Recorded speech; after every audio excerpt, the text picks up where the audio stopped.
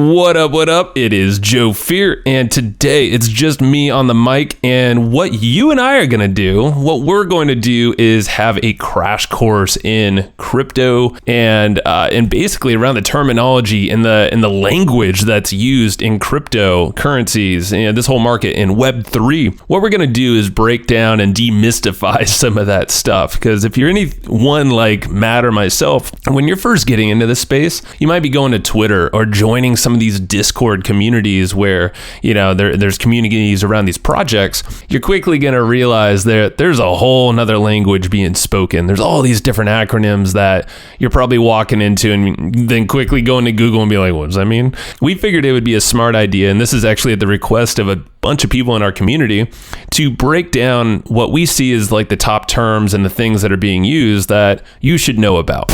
This is an intro. Intro. Hustle and Flowchart with your boy, my boy, Matt Wolf and Joe Fier. Hey. Yo, Matt. All right. How you doing? I'm all right. All right, cool. Yeah. So, like you care? Well, I know. You're right. I'm just moving on to the next thing. So, just kidding. All right.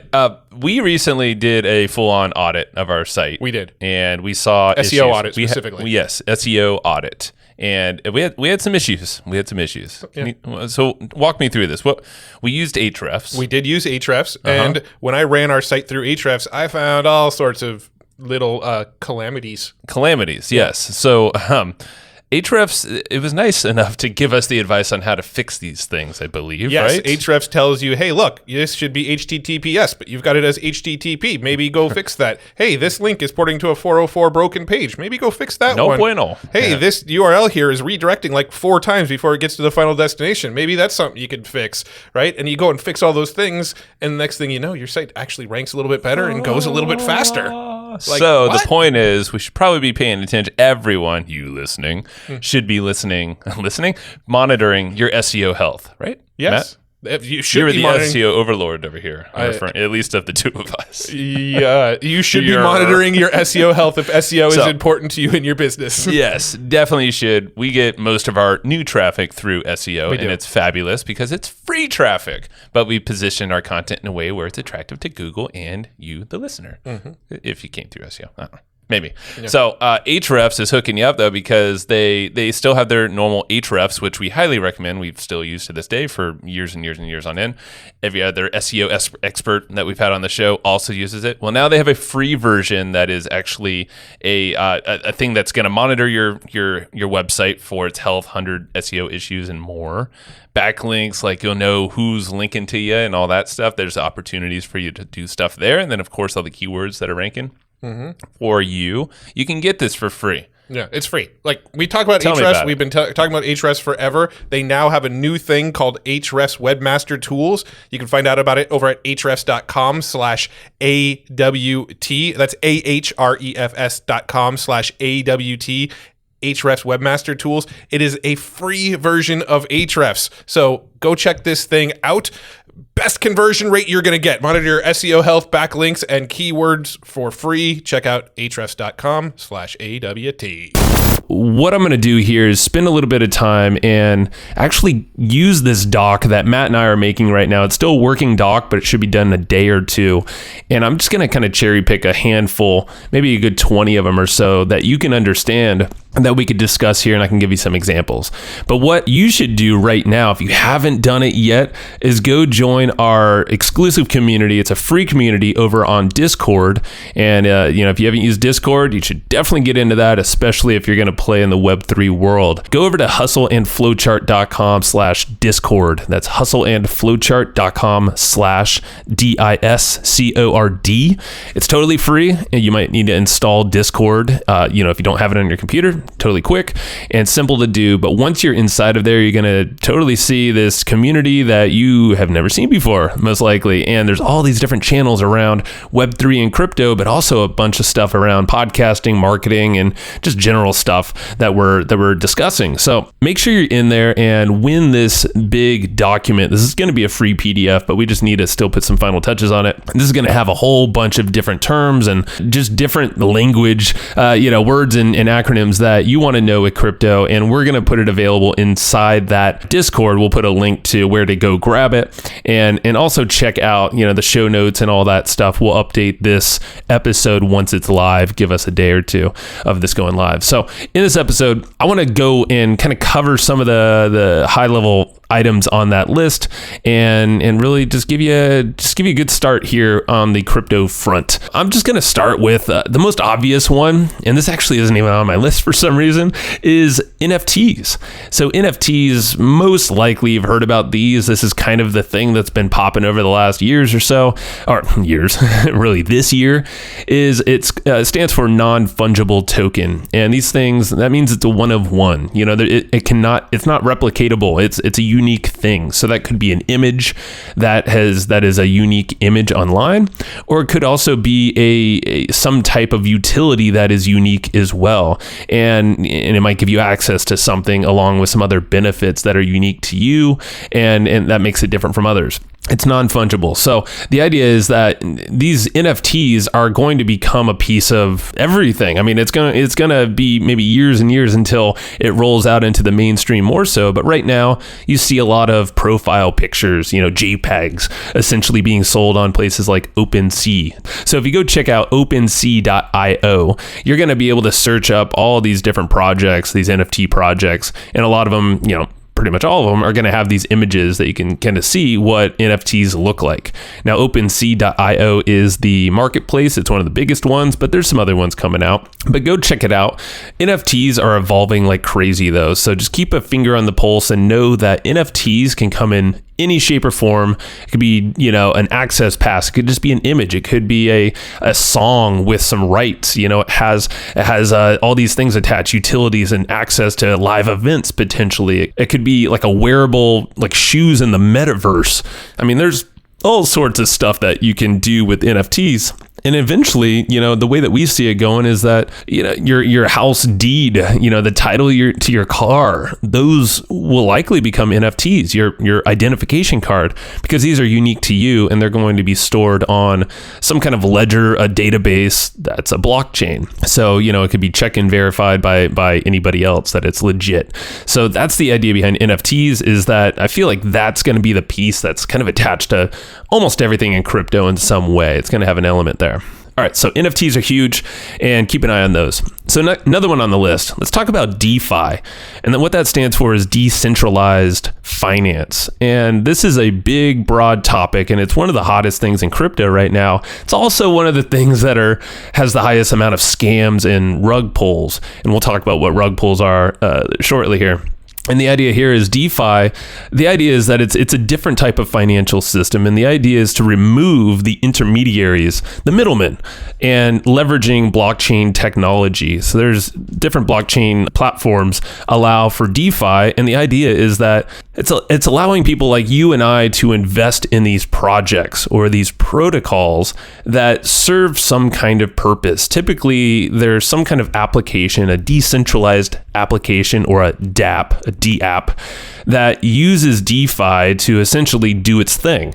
It's kind of leveraging another term that I'm going to talk about, which maybe I'll just roll into right now, called liquidity pools. And, liquidity pools, and this syncs up with DeFi, basically allows users like you and I to buy and sell crypto on decentralized exchanges. And it's leveraging DeFi platforms, the things that you invest in, to essentially remove the middleman.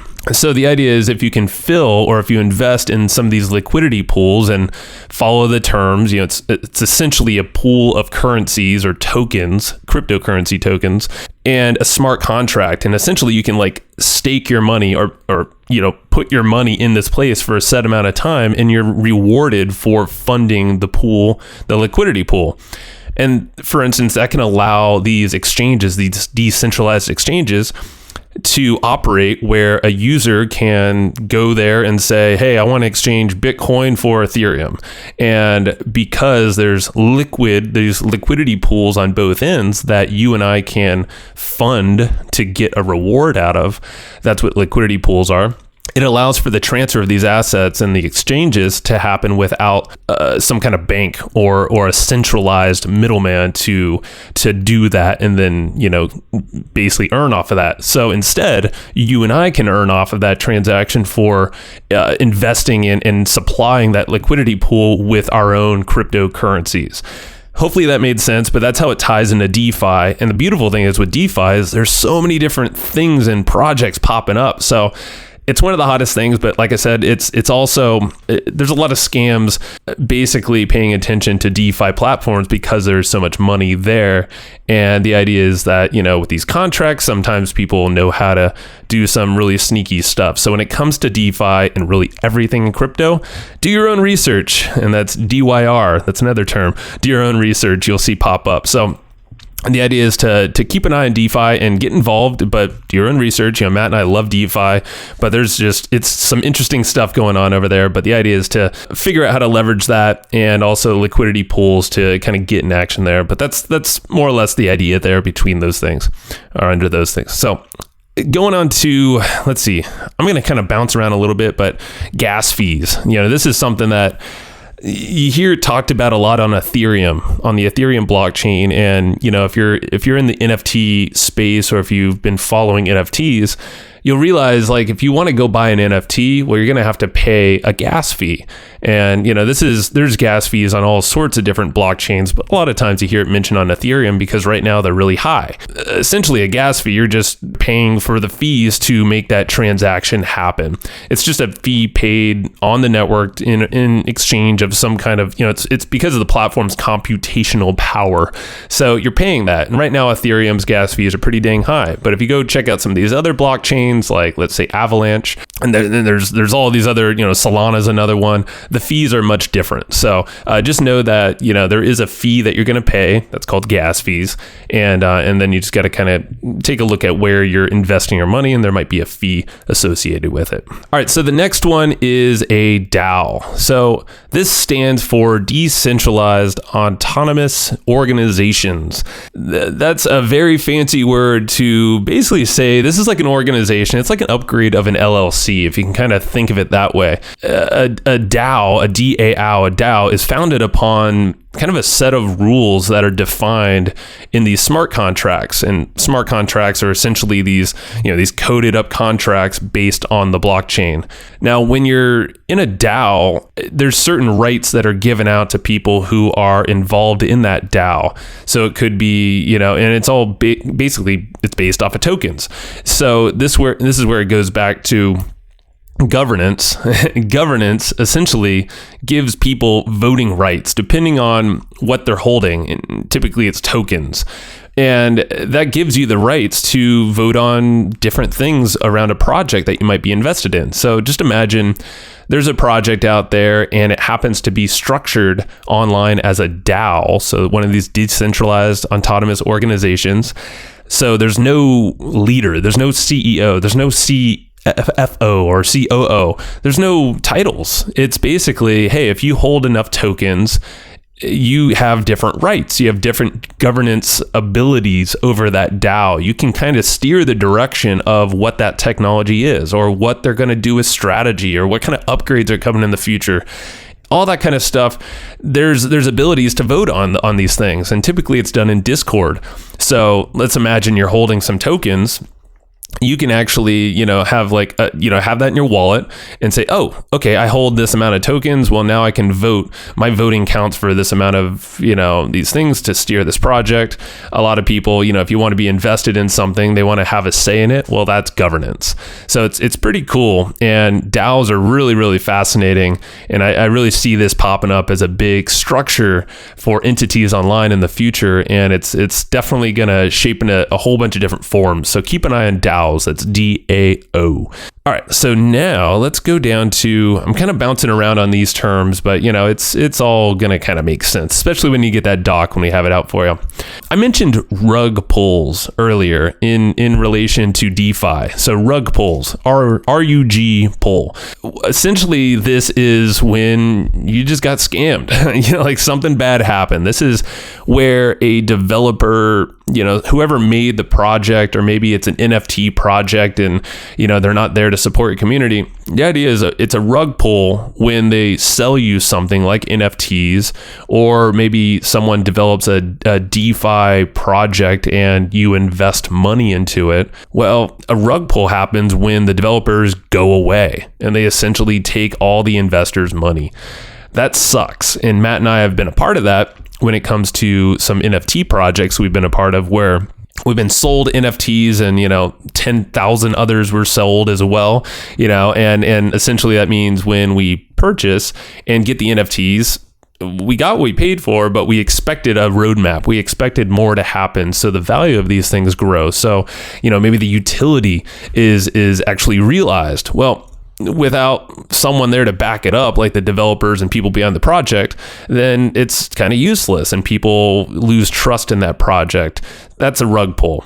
You don't want to be a part of that. So you prevent yourself by doing that, by doing some research, talking to people that you trust, and, really doing your own research. That's super important with this stuff to prevent rug pulls. But, it's not like you can perfectly make that happen, to avoid a rug pull. So do your best, but a rug pull is just that. It's just making sure that you're kind of good to go and you're avoiding the worst case scenario, which is basically just losing your money. All right, so a couple other things I'm going to go through are, I mentioned in some previous episodes, but there's public keys. When it comes to your wallet online, using something like MetaMask, you have a public key. And essentially, it's just a bunch of alphanumeric characters that is an address. And that's what you can use to send peer-to-peer transactions without having to use any private keys. So those are public keys. So on the other hand, we have private keys, and these are kind of similar. They're alphanumeric strings, and those are generated when you create a wallet address, and they serve as its password or access code. So definitely don't want to give private keys away. And public keys, of course, you're going to use those to receive money. So you can actually use that, and you can use that to send money as well, to other people's public keys. Now, also mentioned on the security episode recently are seed phrases. You don't want to give your seed phrase away. And when I say seed, that's SEED. And that is like 12 to 24 words that are given to you when you open up a wallet. Or sometimes, it could be a wallet like MetaMask, or it could be a cold wallet like a Ledger X, which I also referenced in the security episode last week. So make sure you never give away your seed phrase. That's the worst thing to do. And once your seed phrase is given, that means that the person has total access over your funds in that wallet. So seed phrase, you definitely want to know what that is. It's not something you ever want to share with anyone. That's just yours to keep, and you definitely want to protect it at all costs. So I'm going through things, a couple other terms here I want to cover. Here's an acronym that you should know. KYC. So this is short for Know Your Own Customer, or Know Your Customer. And this is where certain crypto exchanges like Coinbase, for instance, or Binance.us, they will ask for your personal details, your address, your ID, and all that kind of stuff. And essentially that's there to kind of track you. And, this is for trading platforms and exchanges. And this just means that they want to verify your identity. And not all of them do this. So, just KYC, that's what it's all about.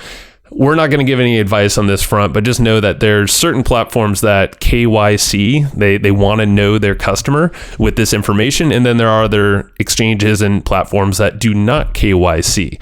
So just know that that's an element, and that they're not all created equal, but there are reasons, centralized exchanges like Coinbase will ask for that information. And that's an entryway into crypto for a lot of people. It's a pretty simple one. So we recommend doing it that way. That's how Matt and I got started, and we use that often. A lot of people do. But that's what KYC stands for there. All right, so what I'm going to do, there are some other terms. I'm not going to bore you or really get into all of these, and I hope I'm not boring you, because there's a lot of stuff here. Again, once we have this document ready for you, it should be in the next day or two, go download this sucker. It's going to be free, and make sure to go over to hustleandflowchart.com/Discord, and you'll get notified once that thing's available to you. So a few other things I want to go over are some acronyms that you'll probably see, and this is going to be super fast. So just hang on with me. I'm just gonna say this, kind of rattle them off quick. This is going to be helpful when you're in the Discords, and you're seeing some like 3-letter, 4-letter acronyms, and you're like, what the hell does that mean? Well, I'm just going to give it to you here. And again, they're in the doc, and also Twitter. You're going to see a lot of this used on Twitter. So let's start at the top. We have a CEX. I don't think I would pronounce that as a word. So CEX stands for centralized exchange. That's something like a Coinbase, a Binance. Those are centralized exchanges, and they have KYC, like we were just talking about. But then on the other hand, we have decentralized exchanges, and those are things like Uniswap or SushiSwap. And if you don't know what those are, don't worry. You can just Google them, or we'll have more episodes around them. And that's a DEX or DEX. So you have the CEX and a DEX. Centralized exchange and decentralized exchange. Next, you have WGMI, or sometimes it goes by WAGMI, WAGMI, and that means we're going to make it. That's an empowering thing. That's good when people are saying that, but it's not so good when you see NGMI, or not gonna make it. That's recently I saw Dennis Rodman, the old basketball player, got called out. Basically, someone said, "Hey, you're not gonna make it." NGMI. He took notice of that, and he ended up actually getting into the crypto game and buying some NFTs. So I guess he's gonna make it now. WGMI. So that's all that is. It's just kind of one of those, yeah, let's go. Or they're not gonna make it. They're thinking the old school way, something like that. So another one is DYOR, do your own research. That is pretty much said on every YouTube channel, every, any kind of prediction or it's not financial advice, which is the next one, but the whole thing is you're going to hear DYOR or see that written out. That just means do your own research before getting into something. Next one is NFA. That is not financial advice. Again, you're going to see that basically paired up with do your own research. So it's NFA is not financial advice. You're going to see that seen a lot on different YouTube channels and whatnot. We've said the same thing before as well. Another one is FOMO. This is one that's kind of outside of the crypto, but FOMO, fear of missing out. You don't want to do that. FOMO, no FOMO. So a lot of people do FOMO, unfortunately, in crypto, and they rush into stuff or they make bad decisions. You don't need a FOMO. There's an opportunity happening like every second on crypto. So don't fear that you're going to miss out. The whole fear you should have is basically making a bad decision. So don't do that. Don't let FOMO creep in. But that's what it stands for. And then the next one is FUD or FUD. That's fear, uncertainty, and doubt. People don't like to hear that kind of stuff. So you hear like, don't FUD, man. Don't give me the FUD. Fear, uncertainty, and doubt. That's FUD. So when you see that mentioned, you see that a lot in Discord and Twitter. Those are sometimes, again, do your own research. Some people just will scream, oh, that's FUD if someone has some criticisms on a project. Well, just do your own research and make that decision on yourself, for yourself. But, because it could be valid, or maybe it's not. Maybe someone's just not understanding things. Either way, FUD is fear, uncertainty, and doubt. Now, next one is HODL or HODL. That means hold on for dear life. And, that's essentially just holding, it's holding on to your cryptocurrencies. It's trusting in the projects you're invested in. You hear this a lot. I think it started with Bitcoin originally. Is just hodl. It's going to go up eventually. Just give it time. And that's what you see used a lot is HODL. Now, next one is LFG. Gotta love this one. It means let's fucking go. Let's go. So LFG, it's empowering. It's pump up. It's getting the team rallied, getting everybody rallied. Let's go. LFG.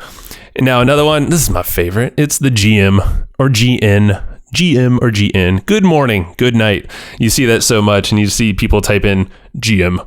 GN, it's just kind of funny. And to say it is even funnier. So that's a very simple acronym, but people like saying good morning and good night. That's nice of them, huh?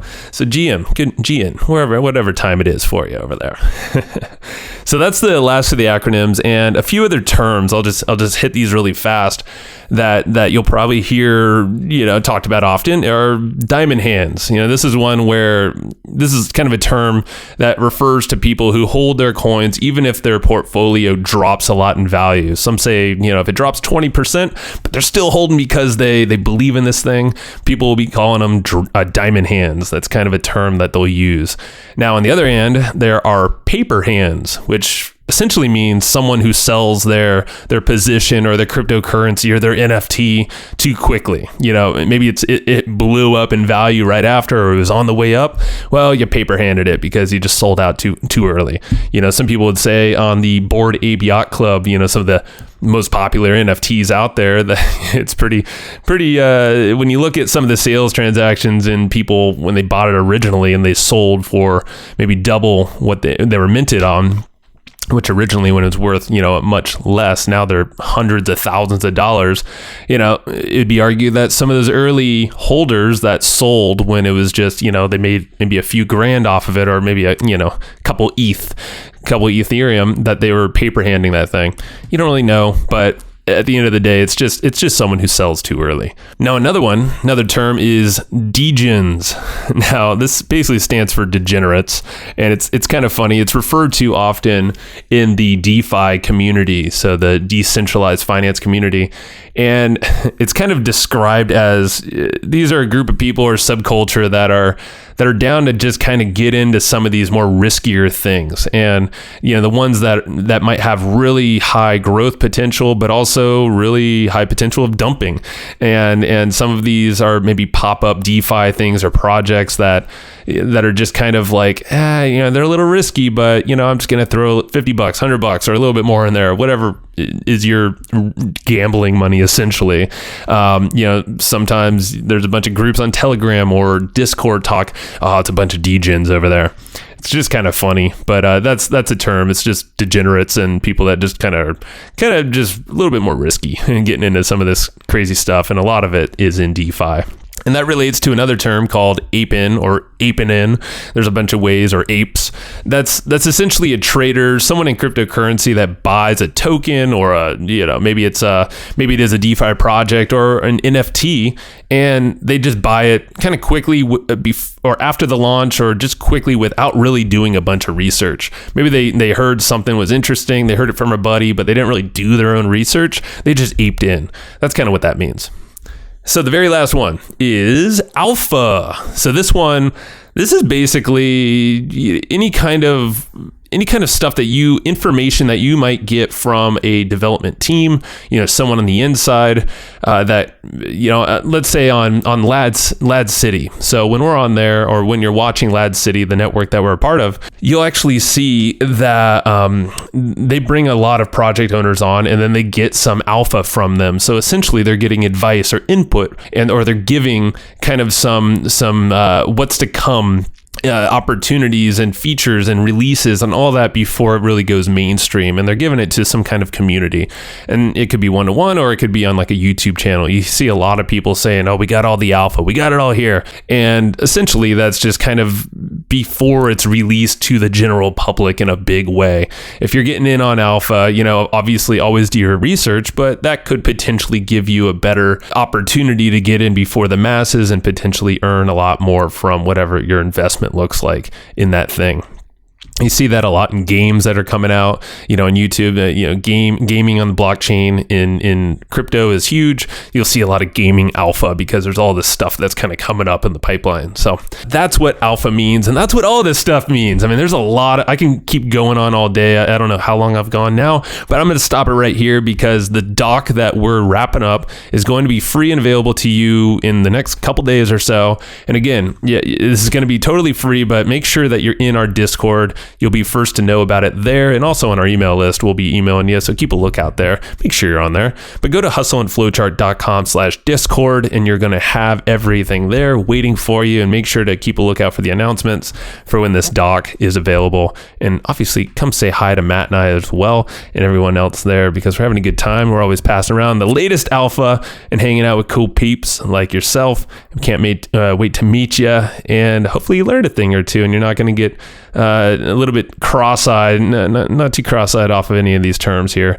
and to straighten it out for you. So until next time, I appreciate you very much, and we can't wait to go a little deeper with you, and we'll see you in the next episode. Yeah, bye.